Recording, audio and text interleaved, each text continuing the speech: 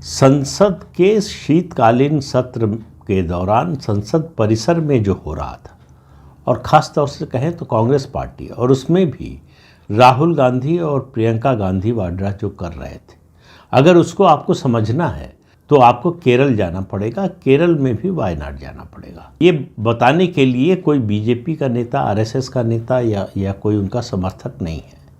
CPM के polit bureau के सदस्य विजय राघवन, वो अपनी पार्टी की डिस्ट्रिक्ट कमेटी की बैठक में भाषण दे रहे थे।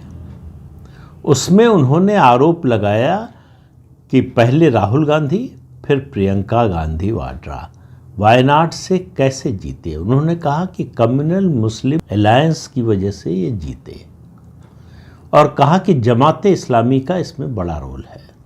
इंडियन यूनियन मुस्लिम लीग में जमाते इस्लामी के जो एक्सट्रीमिस्ट तत्व हैं वो हावी होते जा रहे हैं। उन्होंने सवाल उठाया कि अगर मुस्लिम सपोर्ट ना होता तो क्या प्रियंका जीत पाती, क्या राहुल गांधी जीत पाते। और फिर उन्होंने कहा कि याद करिए, प्रियंका गांधी वाड्रा के जुलूस में आगे कौन चल रहा था और पीछे कौन था। तो बड़े स्पष्ट शब्दों में सीपीएम हमला कर रही है कांग्रेस की मुस्लिम तुष्टीकरण की राजनीति पर। ये देश की राजनीति में एक नया बदलाव है। अभी तक कांग्रेस की इस नीति पर, कांग्रेस की इस राजनीति पर केवल बीजेपी और आरएसएस के लोग हमला करते थे। अब खुलकर सीपीएम जो है, खासतौर से केरल में, इस तरह का हमला कर रही है। और उसका कहना है कि जो इंडी अलायंस है, ये दरअसल इसको केरल की कोई परवाह नहीं है। वो केरल बर्बाद हो जाए उसको कोई चिंता नहीं है। ये कोई सही मुद्दा संसद में नहीं उठाते। ये सब बातें सीपीएम के लोग करें, सीपीएम के सम्मेलन में कही जा रही, पार्टी सम्मेलन में। अब सीपीएम की राजनीति में क्या हो रहा है, थोड़ा सा ये समझ लीजिए।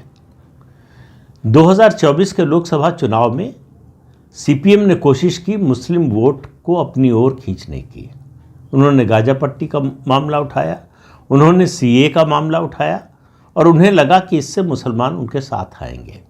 लेकिन वो ये भूल गए कि इस मुद्दे पर कांग्रेस उनसे बहुत आगे जा चुकी है और कांग्रेस पर उनका भरोसा भी बन चुका है। तो नतीजा क्या हुआ कि मुसलमान वोट तो सीपीएम को मिला नहीं 2024 लोकसभा में, हिंदू वोट भी उसका खिसक गया। तो ये जो सीपीएम की आप नई भाषा सुन रहे हैं, उसमें बड़ा योगदान 2024 के लोकसभा नतीजों का है।